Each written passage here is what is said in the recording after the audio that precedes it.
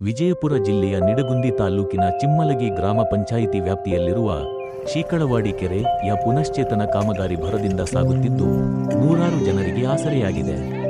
ಈ ಕಾಮಗಾರಿಯಲ್ಲಿ 92 ಮಹಿಳೆಯರು ಸೇರಿದಂತೆ ಒಟ್ಟು 115 ಮಂದಿ ಸ್ಥಳೀಯರು ಉದ್ಯೋಗದಲ್ಲಿ ತೊಡಗಿಸಿಕೊಂಡಿದ್ದಾರೆ. ಇದರಿಂದಾಗಿ ಕೆಲಸ ಅರಸಿ ಜನರು ಅನ್ಯ ರಾಜ್ಯಗಳಿಗೆ ಗುಳೆ ಹೋಗುವುದು ತಪ್ಪಿದಂತಾಗಿದೆ. ಕೆಲಸ ಮಾಡ್ತೇವ್ರಿ.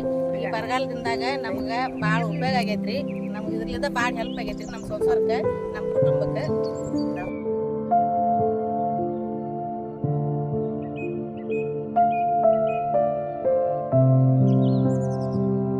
ಇರುವುದರಿಂದ ತುಂಬಾ ಉಪಕಾರವಾಗಿದೆ ಮತ್ತು ನಮ್ಮ ಮಕ್ಕಳಿಗೆ ಸಾಲಿ ಫೀ ತುಂಬಕ್ಕೆ ಮತ್ತೊಂದು ಹಲವಾರು ಕಾರ್ಯಕ್ಕೆ ನಮಗೆ ಇದು ಉಪಯೋಗ ಭಾಳ ಆಗಿದೆ.